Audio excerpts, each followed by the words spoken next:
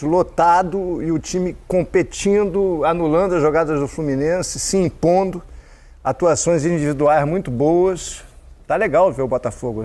Acharam que o Botafogo ia capengar no campeonato por causa da derrota para o Goiás e do meio de semana na Copa do Brasil? Não, o Botafogo segue muito firme. Tá legal de ver o Botafogo. E é muito bom ver o Fluminense também. Eu até esperava que fosse um jogo melhor, mas o Fluminense jogo abaixo. Hoje não foi tão O Botafogo chegou hoje a 6 vitórias em 7 jogos, 18 pontos. Sim. O Palmeiras foi a 15. Perdeu pro Oeste. O Palmeiras tem 4 vitórias, 2 a menos. É por isso que eu disse que o Botafogo garantiu 2 rodadas, pelo menos na liderança. O próximo jogo do Botafogo é contra o América. O Palmeiras empatou 3 jogos. O Palmeiras é o único invicto do campeonato. Ele empatou 3 jogos. O Botafogo perdeu a invencibilidade pro Goiás, mas ganhou mais que o Palmeiras. Então, é aquela coisa. Se você ganha, você pode até perder. Se você ganha muito, você pode perder, porque você vai ter essa ponto de sobra. É o que faz a diferença pro Botafogo hoje. E o Palmeiras vai visitar o Galo na próxima rodada. Pedrinho, bem-vindo ao Troca. Beleza, André, Dom Carmo, galera de casa. E nas nossas previsões, por exemplo, se o Cruzeiro ganhar amanhã, ele vai a 15 pontos. Sim. E nas nossas prévias, né, de Campeonato Brasileiro, a gente não colocaria nem Botafogo, nem Cruzeiro, porque eles podem estar até aí nesse nível de forma momentânea, mas correspondendo. Eles estão ali por merecimento de desempenho. Cruzeiro jogando muito bem, Botafogo jogando muito bem. Então, assim, pode ter uma queda? Pode, mas a perspectiva dentro do desempenho agora é bem melhor do que antes do campeonato. Mas aí, nós da imprensa, nós não, vocês. A gente tinha que entrar no Z4, que a gente continua pautando a nossa previsão de brasileiro via estadual, né? A gente continua achando que o estadual é o balizador do Brasileirão. E está provado mais uma vez que não é. Acho que nem o mais fanático botafoguense esperava isso quando começou o campeonato. No entanto, a gente está vendo um time... Tá danado o Botafogo, cara. Não, nessa reta, com essa regularidade, vai brigar. Mas eu não sei se ele vai ter fôlego, elenco para brigar pelo título. Por Libertadores está claro que ele vai. Então, o que eu estava falando é o seguinte, que o Botafogo, não é porque ele é só líder do campeonato, ele convence, ele criou uma atmosfera muito forte no Nilton Santos. O Nilton Santos está enchendo, a torcida está empolgada. E isso dá uma energia para o time que normalmente o público oscilava. Tinha jogo que o torcedor ia, agora o torcedor está indo em todas e o jogador fica mais pilhado com isso. E em campo, cara, o Botafogo hoje foi muito convincente, como foi contra o Corinthians. Então está sendo regular. O Botafogo amassou o Corinthians. Hoje dá para dizer que o Botafogo amassou o Fluminense. Eu fiz 21 finalizações, foi 3 do Fluminense. Eu fiz o primeiro jogo do Botafogo no gramado novo que a gente está vendo aí. E foi contra o São Paulo. A estreia do Brasileiro. Estreia do Brasileiro. Os 10, 12 minutos iniciais do Botafogo, depois ele caiu de produção, foram 10 minutos impressionantes que tu via que tinha um modelo ali que era interessante se mantivesse isso durante mais tempo dentro do jogo.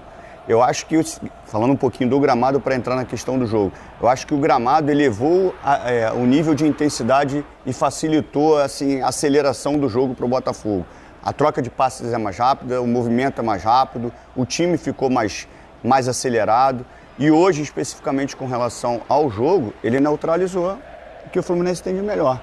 Eu acho que assim, o Diniz leva muitos jogadores para o setor da bola, a gente já sabe disso, para construir. Só que as equipes, foi assim com o Flamengo e foi com o Botafogo hoje.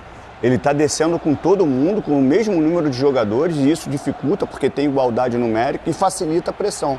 E o Botafogo não conseguiu fazer com que o Fluminense saísse de trás, desencaixasse dessa pressão inicial. Foi melhor na partida e mereceu a vitória. Com muitas finalizações, o Fluminense finalizou 3 vezes. 21 no Botafogo. Muito pouco. O Fluminense foi abaixo, assim.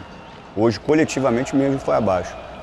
Mas o segundo jogo do Fluminense que ele vai abaixo, né? Contra o Flamengo e contra o Botafogo. Os 2 clássicos. O Fluminense jogando abaixo do que a gente sabe que o time pode jogar. O primeiro tempo contra o Flamengo foi muito forte. E as pessoas falaram muito na questão da falta, André. Das faltas, né, que o Flamengo cometeu. E o Botafogo, se eu não me engano, cometeu hoje também 24 faltas. Isso faz parte do jogo e o árbitro está ali para coibir e entender o que está acontecendo. Mas quantas vezes você já ouviu, André, como você também já foi comentarista, você já ouvia lá da beira do campo, o treinador falar mata a jogada? Só que esse mata-jogada, muitas vezes, antigamente, era um mata-jogada para realmente você tirar a possibilidade de contra-atacar, mas sem um intuito assim, de jogo, de modelo. Hoje, as equipes que marcam lá em cima, né, provavelmente as equipes que vão jogar contra o Fluminense gostam de marcar lá em cima o Fluminense, a primeira coisa é você encaixar a marcação de forma adequada, né, para dar o bote certo. Depois, você tentar rapidamente recuperar quando perder a bola. E se isso não acontecer, você mata a jogada. E muitas equipes estão fazendo isso. E faz parte do jogo. O árbitro está ali para interpretar. Mas o jogo, hoje, o Botafogo foi superior praticamente 90 minutos. E hoje o árbitro deu amarelo. Deu amarelo. Só no primeiro tempo o Botafogo levou 3 amarelos. O Botafogo até reclamou muito disso. Teve esse lance do Lelê aí. Mas hoje, diferentemente do Anderson Daronco, o Braulio da Silva Machado deu amarelo. Não que ele tenha feito uma boa atuação, achei confuso. Mas ele pelo menos amarelou na questão da falta. Então o Fluminense não pode reclamar que os jogadores do Botafogo não foram amarelados. 24.732 presentes hoje no Newton Santos. Um bom público. Um bom público. Mas cabe mais gente. Cabe mais. O torcedor do Botafogo tem reclamado de preço do ingresso. Sim. Tem que ter uma solução para isso. Porque um time que tem 6 vitórias em 7 jogos e está jogando o que está jogando nesse gramado, tem que jogar com casa cheia. E tirando a questão administrativa do clube, que a gente não pode nem entrar nesse mérito na questão do valor, eu acho que é um momento que o torcedor do Botafogo merece um carinho. A torcida do Botafogo vem com dificuldade, sofrendo, e começa um Campeonato Brasileiro de forma surpreendente, porque tem um estadual muito ruim, né? Ficou fora do quadrangular final, sabe? Num campeonato que é frágil, o Campeonato Carioca. E começa desempenhando, não é só porque está liderando, não. Está liderando, mas convencendo, jogando bem. Era um momento também do torcedor receber um carinho, né? E poder até preencher mesmo e criar uma atmosfera, um outro ambiente. Até porque o lugar mais caro do estádio é a cadeira vazia, que não foi vendida. O público de hoje foi praticamente igual. Não estou com o público na cabeça do jogo contra o Corinthians, mas foi praticamente igual. Algumas diferença muito curta. Ele está mantendo, mas ele não está conseguindo alavancar.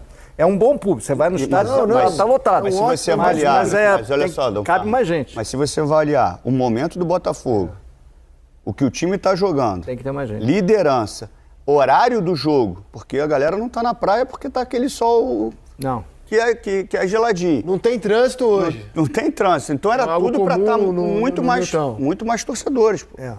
Agora, Pedrinho, você é um cara muito preocupado com o que os personagens do futebol falam. A gente, muitas vezes, jornalista, imprensa, comentarista, escuta, mas não ouve, acha que é tudo desculpa. Eu queria falar um pouco do Luiz Castro. Porque a campanha do Botafogo no estadual é indesculpável. Assim, o Botafogo foi muito mal no estadual, não estar entre os 4 é um péssimo resultado. Ponto. No entanto, o Luiz Castro, que reconhece isso, trazia constantemente algumas explicações para isso, sem querer desculpar o time, o resultado é péssimo. Ele dizia, o Botafogo perdeu os 2 pontas que tinha, o Jefinho e o Júnior Santos. O impacto que isso teve no time. E o Botafogo jogou o campeonato inteiro como visitante. Até quando era mandante, ele era visitante. O primeiro jogo que ele foi fazer em casa foi contra o São Paulo. Ele queria trazer essas explicações como atenuantes de que quando as coisas se resolvessem, quando ele tivesse os pontas de novo, e o Botafogo conseguiu uma manobra muito esperta ter o Júnior Santos, porque os japoneses que eram donos queriam 20 milhões de reais no Júnior Santos. O Botafogo falou assim, não dá. Ele foi para Fortaleza, e aí o Botafogo consegue trazer o jogador pelo valor que ele queria pagar originalmente, que o Fortaleza acabou não querendo o Júnior Santos. E olha no jogo de hoje, de novo, a importância do Júnior Santos. Ele atropelou o Guga. Impressionante. Ele atropelou o Guga completamente no jogo de hoje. Tem atropelado, né? Tem atropelado. Em todos os duelos que ele tem tido. Ele não é um craque, mas a importância que ele tem na maneira do Botafogo jogar. E como fez diferença para o Botafogo ter a sua casa. Então, assim, foram alguns dos fatores que levam a fila de desculpas para Luiz Castro ser cada vez maior. Então, assim, é mais um caso de clube que fez um péssimo estadual, que teve muita gente pedindo a demissão do técnico. Se não fosse do Textor, já teriam demitido. Se fosse o Botafogo antigo, seguramente. Sim. Então, assim, André, você teve com o Luiz Castro na Copa do Mundo, e a gente percebe quando o cara tem muito conhecimento ou não. A gente sabe, né? Tu vê no jeito que o cara fala, na entrevista, nas palavras que são ditas. Você percebe quando ali tem conteúdo ou não para ser aplicado. E quando às vezes esses caras pontuam em alguns aspectos, é porque é necessário mesmo pontuar. Ele especificamente gosta e usa 2 pontas como modelo de jogo dele. Quando você tira 2 pontas, você não tem uma reposição à altura, e o Jefinho fez a diferença na temporada passada, e o Júnior Santos voltou muito melhor do que quando ele saiu. Muito melhor. Muito melhor. Ele chega no Botafogo, joga centralizado, aí chega o Tiquinho, ele é deslocado para o lado, centralizado ele não rendeu e do lado ele deu uma resposta, e o Botafogo vai se ajustando. Então, assim, o tempo de trabalho, eu acho que ele é justo para a gente poder entender o que vai acontecer até o fim da temporada. Diversos treinadores interromperam os seus trabalhos e a gente não sabe como terminaria, né? Porque eles são interrompidos. Então, quando o Textor percebe quem ele está trazendo e sabe, ele dá esse tempo de trabalho, mesmo com toda a pressão que existe. Né? Ele banca. Ele banca. E, cara, Afinal, foi o Textor, pessoalmente, quem ligou para o Luiz Carlos. Os caras estavam dando treino. No Catar. E um dando ponto- treino. De repente, toca o telefone, era o Textor. Isso é um ponto importante, André. O departamento de análise de mercado do Botafogo, Muito bom. que foi certeiro, né? Certeiro no Marçal, certeiro no Tiquinho, Adrielson. Eduardo, Adrielson, foi certeiro, porque eles jogam bem, jogam muito bem. E aí você tocou num ponto que eu queria... Eu não tenho nenhuma informação, não. É só para dar uma viajada, fazer o botafoguense sonhar ainda mais. Em julho, reabre a janela. E se der a louca no Textor, ver o time lá na ponta e falar assim, eu quero brigar nas cabeças. Hoje a gente olha pro Botafogo e ainda é receoso com relação ao elenco. Vai dar para brigar com o Palmeiras, por exemplo? E se der a louca e o Botafogo traz uns 3 reforços aí na janela? Então, o que já contratou o Diego Hernandes, que é uma joia do futebol uruguaio, atacante. Está firme na briga pelo Matias Rojas, que é um muito bom paraguaio, grande jogador, que é caro, que